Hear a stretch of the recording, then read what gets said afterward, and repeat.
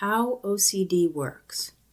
If you haven't watched the previous video in this project, I would recommend watching it now, since it shows the misconceptions and stereotypes of OCD in contrast with the reality of the disorder. The link is in this video's description. If you have already seen the previous video, let's start. OCD stands for obsessive-compulsive disorder.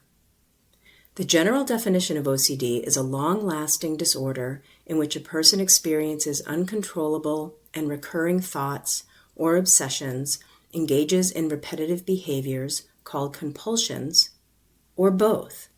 These symptoms cause immense distress and interfere with daily life.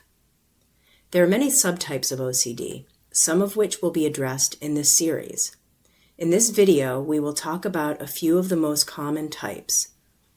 These are some of the many subtypes of OCD. For more information about specific types, I would recommend checking out the resources link in this description. So how does OCD work? First off, that's a very broad question, so let me explain what this video will be discussing. We'll start with what OCD is and some common subtypes. Then we'll go over the cycle of OCD and see how this disorder works. Finally, we'll talk about treatments for OCD and how they work. Starting with contamination OCD, this subtype involves a fear of germs or general contamination, which typically involves cleaning or avoidance compulsions. Common compulsions include excessive cleaning, hand washing, and avoiding certain places or activities for fear of being contaminated or contaminating others. People with contamination OCD are commonly stereotyped as the germaphobe. Another commonly stereotyped subtype of OCD is just right OCD, also called order or symmetry OCD. This subtype involves obsessions of things being in the right place or position and compulsions around putting things in a certain way until they feel right. An example is turning a light switch on and off until it feels in the correct position. Just right OCD can also include things other than objects, such as rewriting a word or letter until it feels right. People with this subtype are commonly brushed off and called perfectionists when they aren't actually going through the immense distress because of the disorder. This type of OCD is not the same as perfectionism. On the opposite side, people may say they have OCD because they like things to be in order, but they aren't necessarily performing compulsions or in distress when something isn't how they like. This is not OCD, unless there are obsessions and compulsions involved. The next subtype is harm OCD, which involves obsessions and fears around being harmed, causing harm, or others being harmed. Compulsions usually involve repeated checking, saying, or doing things that will stop the harmful event from happening. For people with harm OCD, there can be a lot of shame and anxiety because their thoughts are not connected to their feelings. For example, someone with harm OCD could have intrusive thoughts of causing harm to someone they care about, even though they would never actually want to hurt that person. This can make someone feel like a bad person because they are having these thoughts, and trying to explain their thoughts and feelings can lead to further stigmatization. It's important to know that these thoughts are not reflections of the person experiencing them.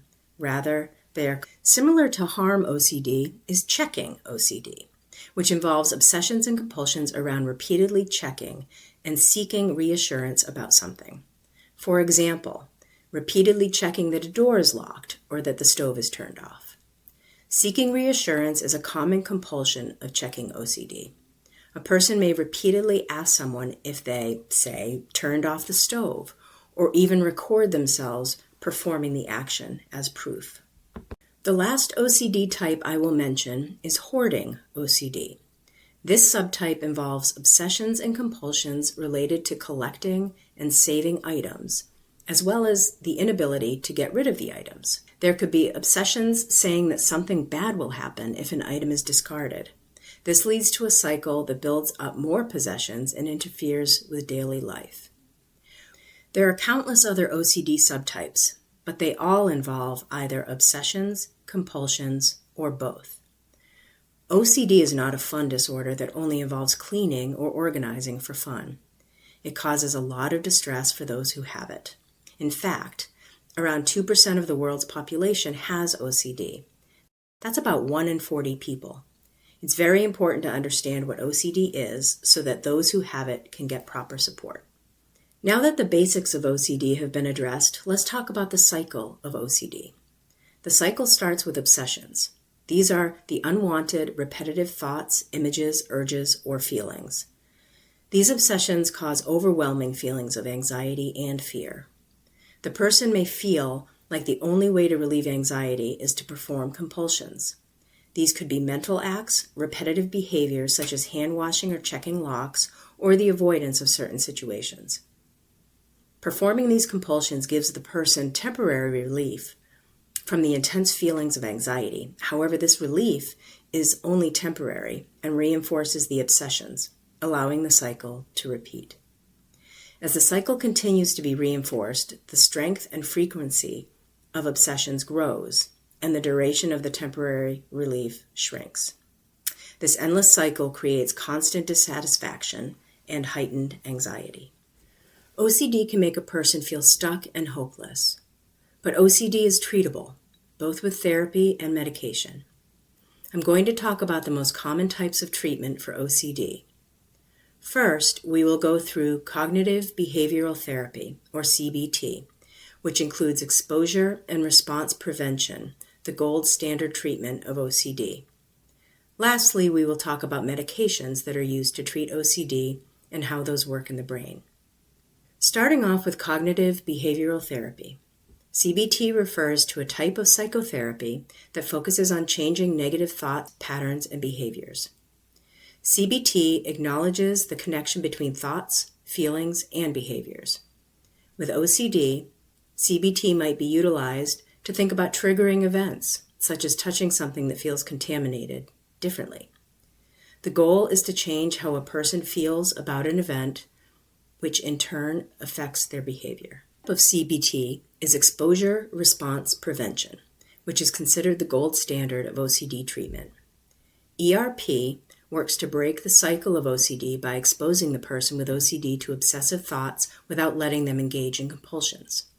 This interrupts the movement from the compulsions to temporary relief, preventing the reinforcement of the obsessive thoughts. This therapy aims to build resistance to the power OCD has over a person's brain and lessen their anxiety.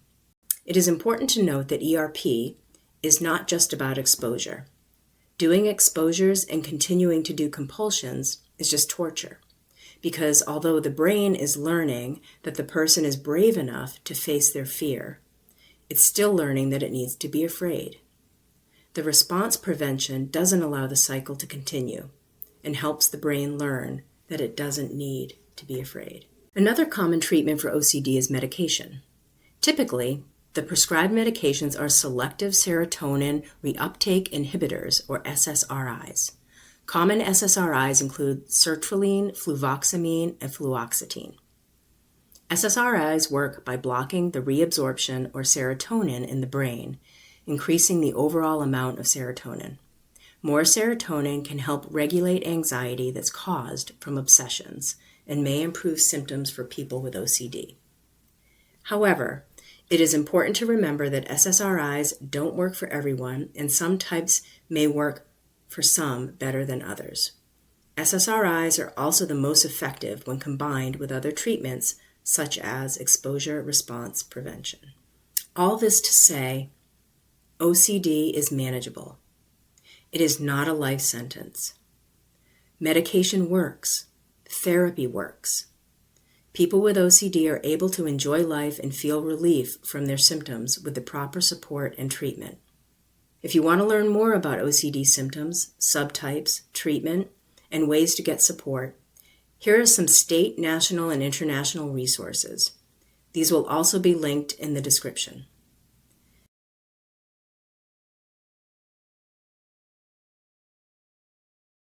And remember to check out the other videos in this project that address daily life and struggles with OCD. Thanks for watching.